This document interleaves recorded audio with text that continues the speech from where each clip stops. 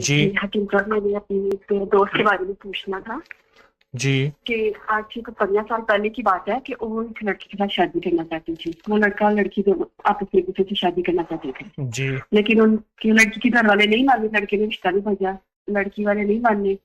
وہ کافی جھگڑے ہوئے. تو آج سے اب 15-16 سال بعد اس کی لڑکی کی بھی شادی ہوگی. لڑکا پتہ نہیں کدھر چلا گیا ہوا ہے. اور یہ لڑکی اب 16-17 سال بعد کہتی ہے کہ میں اب واپس اس کے پاس جاؤں، کیونکہ اس کے ہسبینڈ نے اس کو یہ کہتی ہے مجھے کبھی اس نے عزت نہیں دی. بات میں کرتا ہے، گالی پہلے دیتا ہے. اب یہ جو ہسبینڈ ہے اس کا یہ دوسری لڑکوں میں بھی انوالو ہے، دوسری لڑکیوں میں بھی، اور ان کی اولاد بھی نہیں ہے. اب لڑکی روتی ہے، یہ کہتی ہے مجھے پتہ نہیں اتنے سالوں بعد ایک دم سے کیا ہوا ہے، اب مجھے جو ہے نا پہلے والے کے پاس جانا ہے، اور وہ پتہ نہیں کدھر ہے. اور یہ کافی ان کی گھر میں پریشانی بنی ہوئی ہے. تو کیا ہے کہ کیا یہ اس سے ڈیورس لے لیں؟ ایک بار سورۃ فاتحہ پڑھیں، ایک بار، جی اور ایک بار سورۃ فاتحہ جب پہنچیں اہدنا الصراط المستقیم، اس کو 101 بار دہرائیں اور اس کا تصور کر کے اس پہ توجہ دے کے اس کو دہرائیں 101 بار.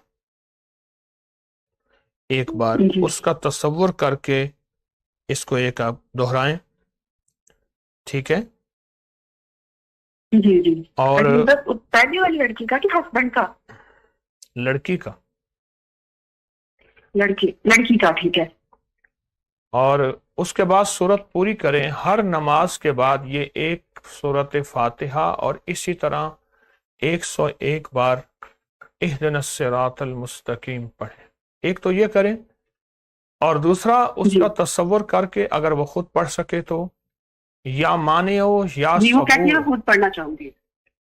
یا مانے ہو یا صبور ہو، یہ دو چیزیں بہت کثرت سے پڑھے.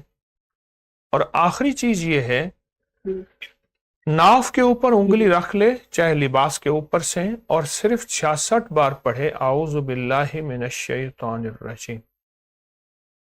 66 بار پڑھے جی اعوذ باللہ من حکیم صاحب الشیطان اتنے الرجیم. سالوں بعد جی کو اتنے سالوں بعد ہوا کیا؟ کوچ کو اتنے سالوں بعد ہوا کیا؟ یہ تو وہ چکی ہوئی چیزیں. ہوتا یہ ہے کہ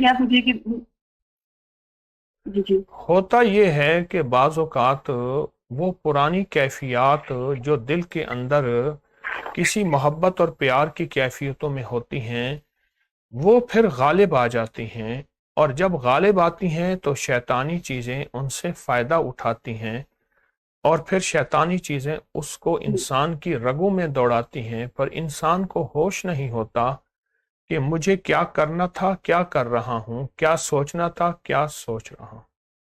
وہ شیطانی چیزیں غالب آ جاتی ہیں.